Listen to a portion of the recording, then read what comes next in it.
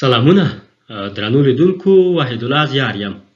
په دې هیله یم چې تاسو به روغ او جوړ وئ.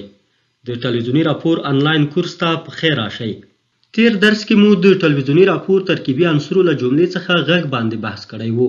نن د ټلویزیوني راپور آنلاین کورس 11 درس ته چې د ټلویزیوني راپور د ترکیبي عنصرو له جملې به پکې پر وایس اور یا غږ پر غږ باندې خبرې وکړو.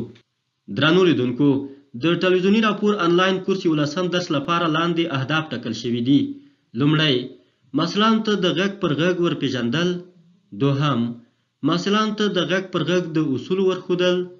دریم، محصلانو ته د غږ پر غږ بیلګې وړاندې کول. د ننني درس په پای ته رسیدو سره باید پورته اهداف ترلاسه کړو. د یادو اهدافو په ترلاسه کولو سره به لاندې د توقع وړ پایلو ته ورسیږو. لومړی، محصلان به غږ پر غږ وپیژني او په تعریف باندې به یې پوه شي. دوهم، محصلان به د غږ پر غږ په اصولو باندې وپوهیږي. دریم، محصلان به د غږ پر غږ مختلفې بیلګې وګوري. درنو لیدونکو، تاسو د ژورنالیزم پوهنځي په دریمو ټولګیو کې یئ.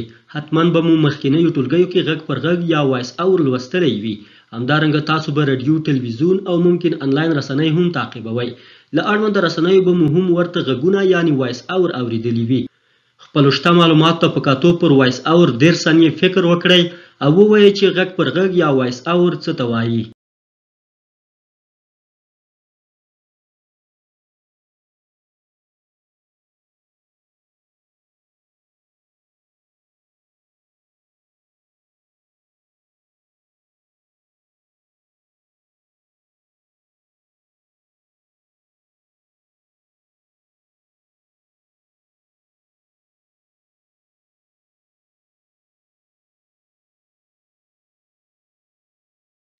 درنو لیدونکو، ستاسو له فکر او ځواب څخه مننه.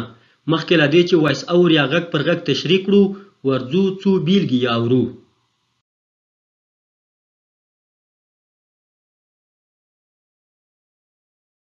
minorities as well. Are you going to keep those promises?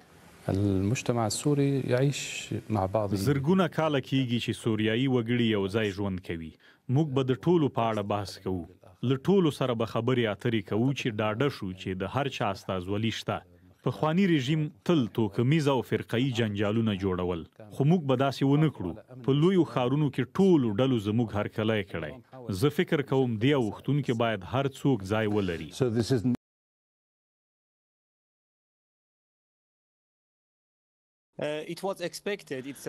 د دې تمه کېده دا د حماس او حزب الله تر لویو ماتو وروسته چې د اسرائیلو پر وړاندې د هر ډول عملیاتو د ترسره کولو له ځواکه وغورځول په سیمه کې د ایران پردۍ جګړې پر وړاندې د نتنیاهو پوځي کمپاین یوه برخه ده. سوریه کې د اسد رژیم له پرځېدو وروسته اوس د یمن وار دی. کېدای شي نتنیاهو وروسته له دې عراق کې ملیشو پسې ورشي او په پای کې ایران.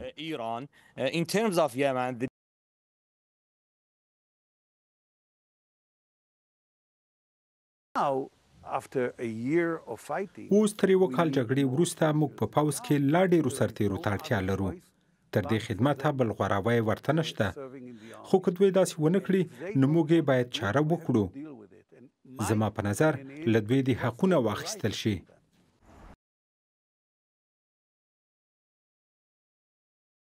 درنو لیدونکو، د غږ پر غږ یا وایس اور 3 بیلګې مو وکتې. زه به وریم چې تاسو به له اړوند بیلګو هم د غږ پر غږ مفهوم اخیستی وي. ولې اړینه بولم چې مخکې نور هم د ټلویزیوني راپور ترکیبي عنصر غږ پر غږ باندې مفصل بحث وکړو. درنو لیدونکو، تاسو چې په کومه رسنۍ، راډیو یا تلویزیون کې کار کوئ، حتما به په یوې ځانګړې ژبې نشرات کوي. ممکن ستاسو رسنۍ په پښتو ژبه نشرات کوي یا ممکن ستاسو رسنۍ په دري ژبه نشرات کوي.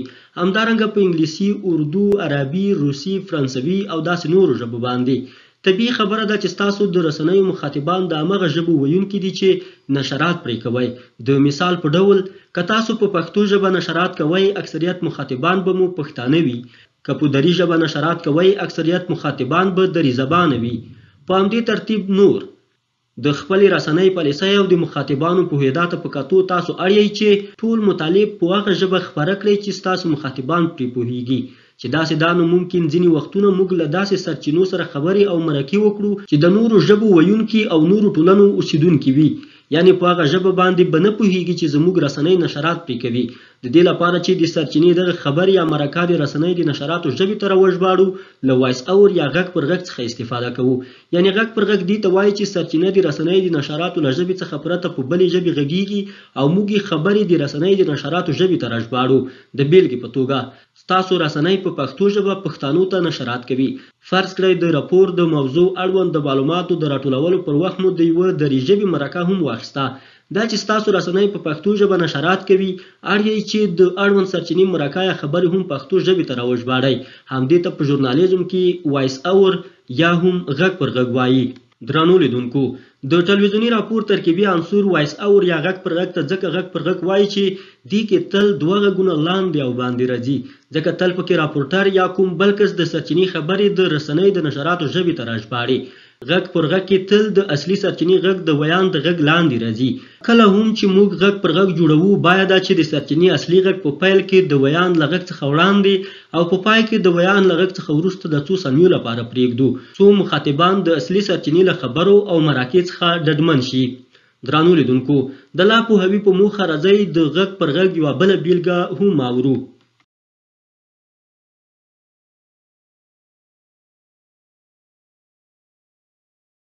Now, Akbar Ashara struck me as a اشرع ماته د یو ډیر هوښیار او سیاسي ماهر سړي په توګه وبرېښید. د ډیرو سیاستوالو په څیر یې نه غوښتل چې د یوې مستقیمې پوښتنې ځواب په مستقیمه توګه ورکړي. زه فکر نه کوم چې هغه به سملاسي ټولو هغو کسانو ته چې د ده په اړه شکونه لري ډاډ ورکړي. نن مې سوریه کې د ملګرو ملتونو له ځانګړي استازي سره خبرې وکړې. ویل یې 3 میاشتې وخت ورکړئ، دا لنډمهالی حکومت دی، دوی ته فرصت ورکړئ او دا چې دوی یوازې 12 ورځې کېږي چې پر دې هیواد واکمن دي. Of course, he also made the point it has only been 12 days since they. درانو لیدونکو، د وایس اور پر پیژندنې باندې وغږېدو. اوس هم ورځو په ژورنالیزم کې د غږ پر غږ یا وایس اور پر ځینو اصولو باندې رڼا اچوو. لومړی، واضح او روان غږ. د تل لپاره باید هڅه وکړو څو د غږ پر غږ پر وخت واضح او روان غږ وکاروو. یاده کړنه د مخاطبانو د پوهاوي لپاره ډیره اړینه ده. همدارنګه زموږ وایس اور یا غږ پر غږ باید هیڅ ډول مزاحمت کوونکي او اضافي غږونه ونه لري. دوهم، مناسب تون او سرعت. زموږ او ستاسو غږ پر غږ کې باید تون د راپور له موضوع سره سمون ولري. که چیرته د راپور موضوع جدي وي د غږ پر غږ تون هم باید جدي وي. که چیرته د راپور موضوع آرام او تفریحي وي د غږ پر غږ تون هم باید آرام او خوشحالونکی وي. همدارنګه د غږ پر غږ د غږ سرعت باید په داسې اندازه کې برابر شي چې د اوریدونکو لپاره مناسب وي، داسې چې هم پرې وپوهیږي او هم پرې بد ونه لګیږي. دریم، توازن. په دې معنا چې د غږ پر غږ او اړوند ویډیو یا تصویرونو ترمنځ باید توازن موجود وي. غږ باید په داسې توګه برابر شي چې له تصویرونو سره همغږي ولري، نه داسې چې غږ د یو څه تصویر د بل څه په اړه غږیږي. څلورم، منطقي تسلسل. زموږ غږ پر غږ باید منطقي تسلسل ولري، یعنی زموږ غږ پر غږ باید هم د معنا او هم د ګرامر په لحاظ روان وي. پنځم، ډډمنه ژبه. د غږ پر غږ لپاره باید داسې فصیحه او بالغه ژبه وکاروو چې په اسانه د پوهېدو وړ وي. شپږم، د اصلي سرچینې خبرې. غږ پر غږ کې باید په پیل او پای کې د اصلي سرچینې خبرې پرېښودل شي. اووم، مناسب تجهیزات. غږ پر غږ کې د غږ کیفیت هم ډیر مهم ده. د غږ د ښه کیفیت لپاره موږ اړ یو چې له ښو تجهیزاتو څخه استفاده وکړو. درنو لیدونکو، د ټلویزیوني راپور آنلاین کورس 11 درس په همدغه ځای پای ته رسیږي. په دغه درس کې د ټلویزیوني راپور ترکیبي عنصرو له جملې څخه وایس اور یا غږ پر غږ باندې وغږېدو. د اړوند درس لپاره له لاندې سرچینو یا هم ماخذونو څخه استفاده شوې ده. که د اړوند درس په تړاو پوښتنه او یا هم نظر لرئ د پوښتنو او تفسیرو په برخه کې شریک کړئ. تر بیا ښې چارې.